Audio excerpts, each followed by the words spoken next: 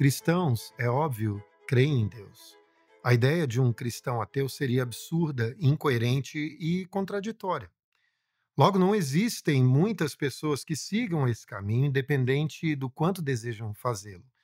Mas como vivemos num mundo sob grande influência do pecado, mesmo dentro da igreja, muitos cristãos professos tendem a se afastar de uma crença realmente robusta em Deus, desde que consigam descobrir uma forma de fazê-lo sem parecerem demasiado tolos. Ao longo do tempo, a forma mais eficaz de fazer isso tem sido definir Deus de forma a permitir que as pessoas continuem a usar a palavra Deus, mas evitando algumas das implicações mais assustadoras de um Deus que é realmente, sabe, como Deus.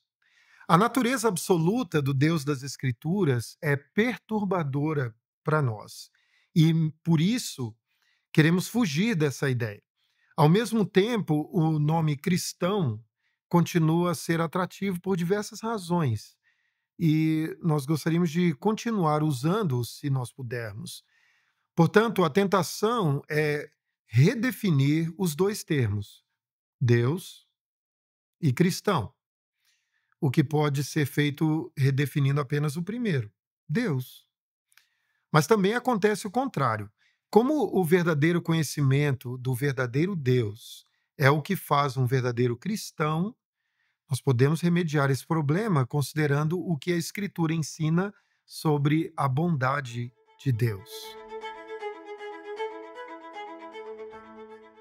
A maneira mais comum de produzir o rebaixamento teológico desejado é assumir discretamente que Deus é o maior de todos os seres dentro do sistema em que tudo existe.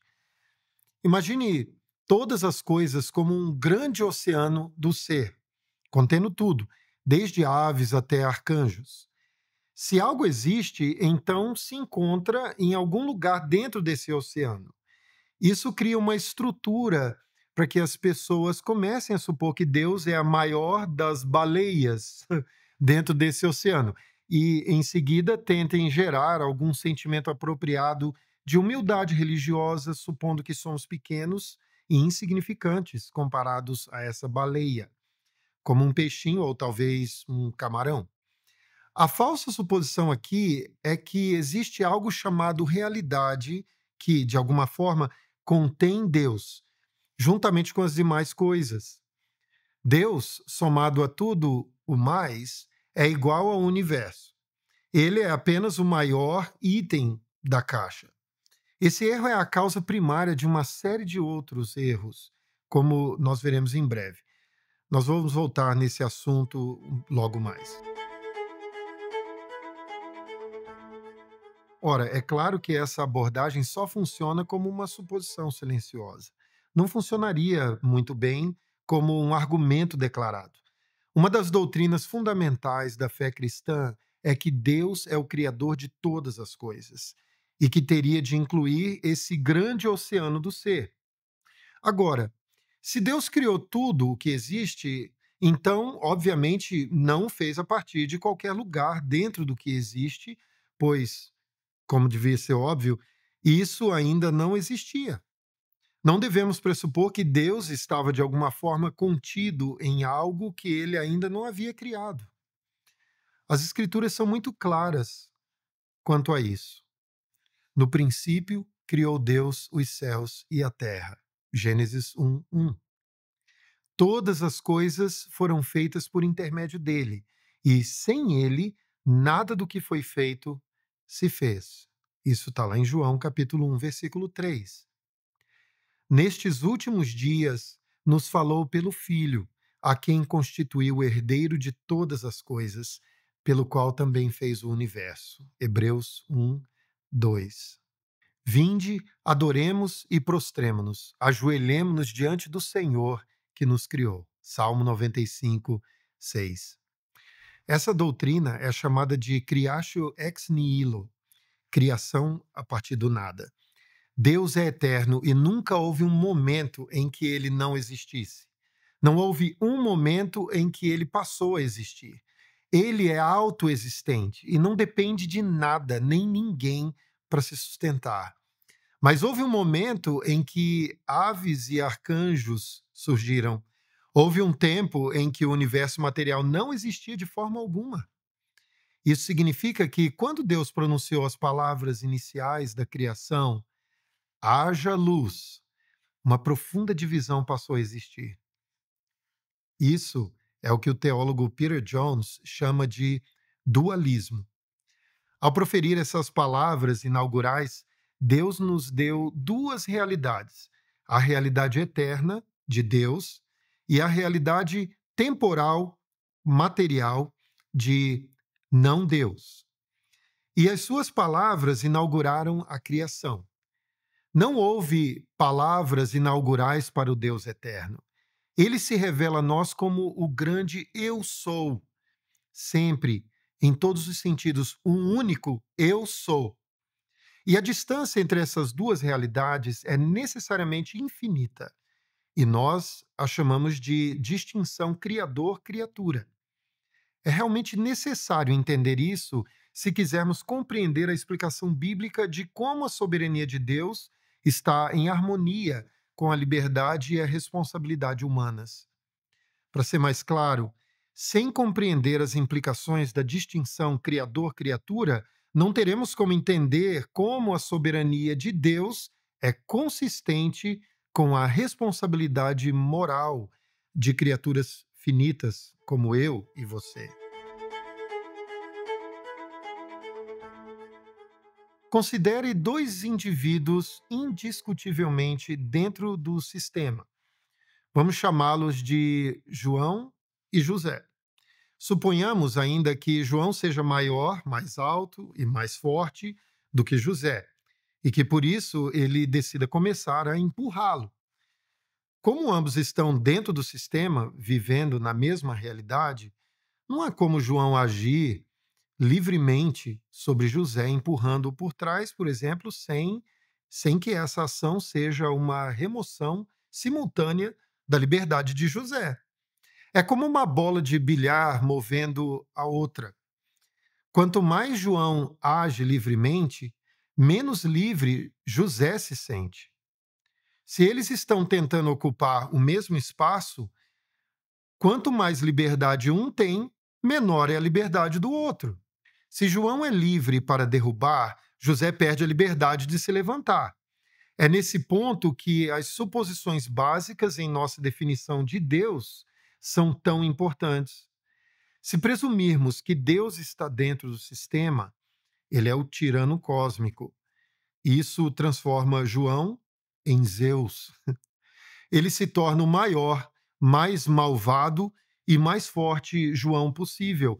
Mas, com relação a José, ele continua um tirano. Ou, voltando à nossa outra ilustração, tornar uma das bolas de bilhar muito maior em nada aumenta a liberdade da menor. Em suma, ao negligenciarmos a distinção criador-criatura, geramos uma situação em que, ao nos ouvirem falar sobre a soberania de Deus, outros cristãos só conseguem imaginá-lo como um valentão, intimidando a todos nós. E se a suposição fundamental deles estivesse correta, ou seja, que ele fosse de alguma forma contido pelo sistema, isso seria um verdadeiro problema. Deus seria um tirano. Vejamos o famoso solilóquio de Hamlet, em que ele está decidindo se deve ser ou não ser. Suponha que fizéssemos uma pergunta peculiar sobre a sua declaração e que a pergunta fosse a seguinte: que porcentagem da declaração era de Hamlet e que porcentagem era de Shakespeare? Ser ou não ser, eis a questão. Será mais nobre sofrer na alma pedradas e flechadas do destino feroz, ou pegar em armas contra um mar de angústias e, combatendo, dar-lhe fim? Por mais que tentemos, não conseguiremos dividir esse discurso em partes e atribuir diferentes porcentagens de responsabilidade. Jamais poderemos dizer que foi 70% Hamlet e 30% Shakespeare, ou o contrário. Em um determinado nível, é tudo Shakespeare, e noutro, é totalmente Hamlet. Em termos simples, é 100% 100%. No âmbito da autoria, é tudo Shakespeare. E dentro da peça, considerando as ações dos personagens, é tudo Hamlet. Esse é um exemplo menor da distinção criador-criatura. Mas alguém pode se opor à ilustração dizendo que ela não atende aos problemas inerentes ao caso. O motivo dessa objeção é que somos seres vivos tridimensionais, com esperanças, com sonhos e aspirações. E Hamlet é um personagem bidimensional de uma peça de teatro, totalmente fictício. A analogia falha, ou pelo menos é o que se afirma. Há duas respostas a isso. A primeira é reconhecer que a analogia, de fato, falha, mas não como o objetor imagina. À medida que essa ilustração vem sido usada, ninguém jamais levantou a mão para dizer que a analogia é falha, porque Deus é infinitamente maior do que Shakespeare. Não. O que atrai o nosso interesse é o fato de nós sermos muito maiores do que Hamlet.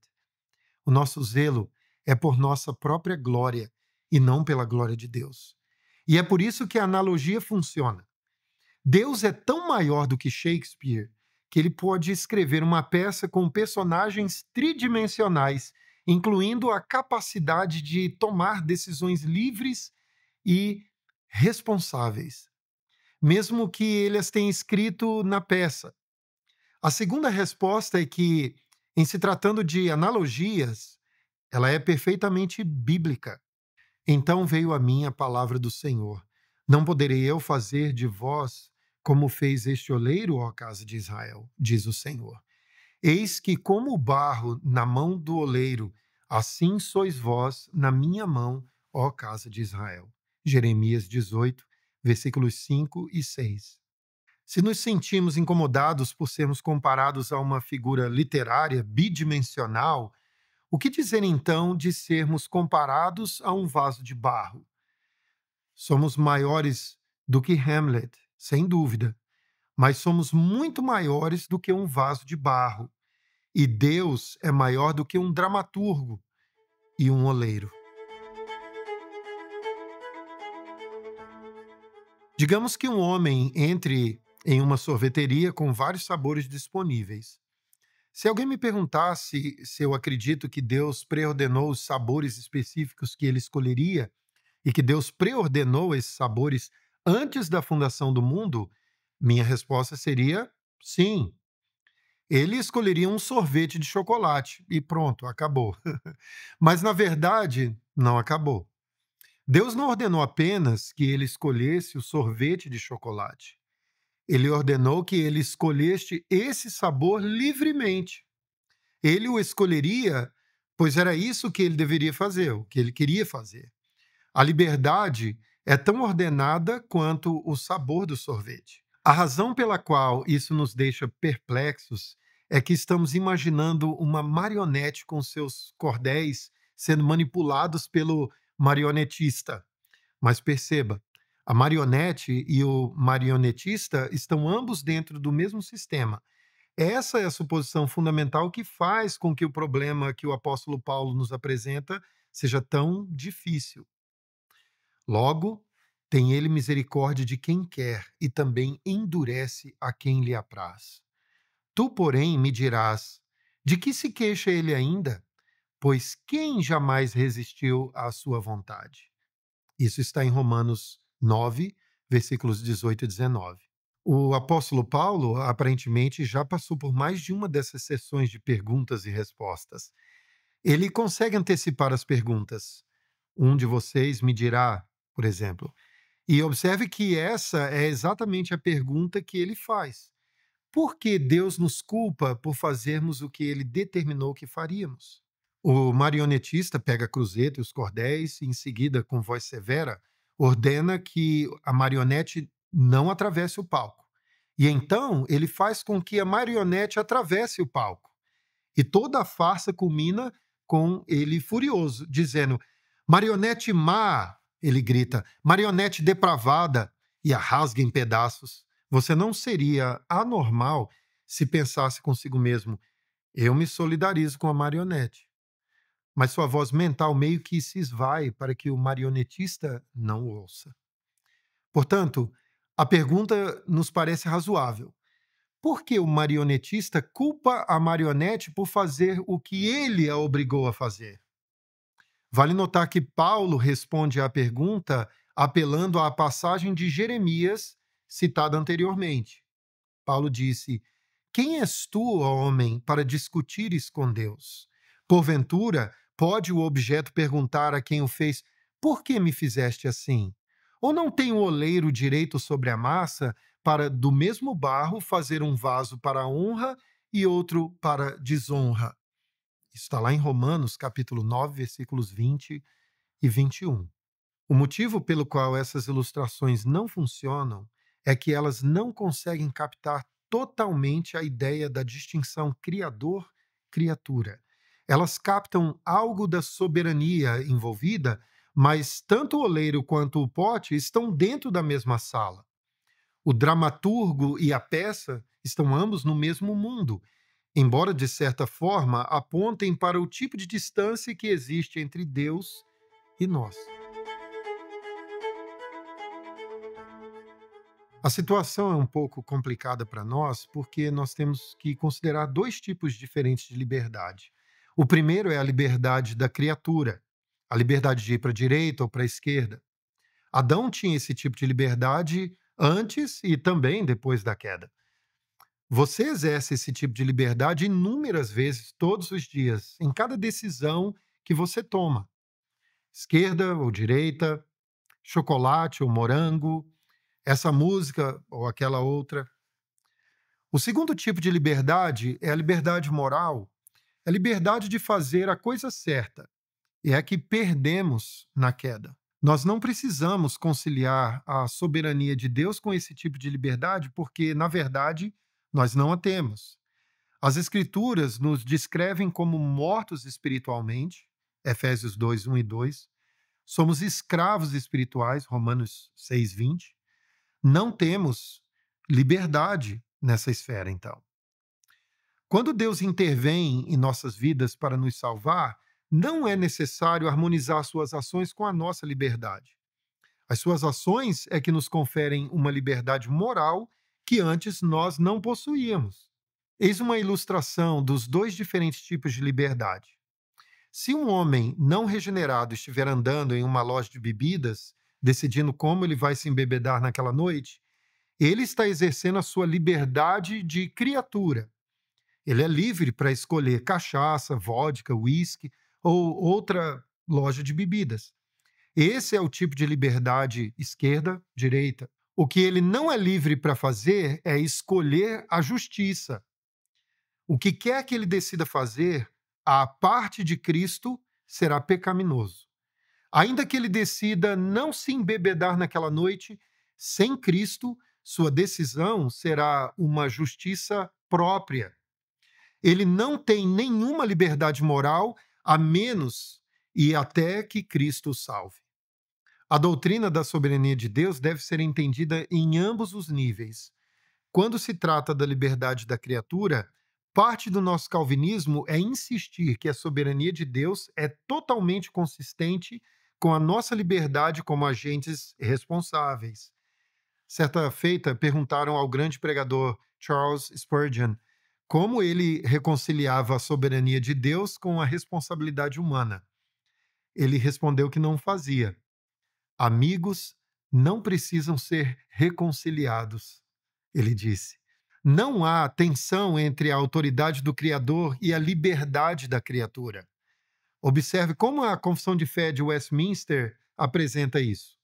Desde toda a eternidade e pelo muito sábio e santo conselho de sua própria vontade, Deus ordenou livre e inalteravelmente tudo quanto acontece, porém de modo que nem Deus é o autor do pecado, nem violentada é a vontade da criatura, nem é tirada a liberdade ou a contingência das causas secundárias, antes são estabelecidas.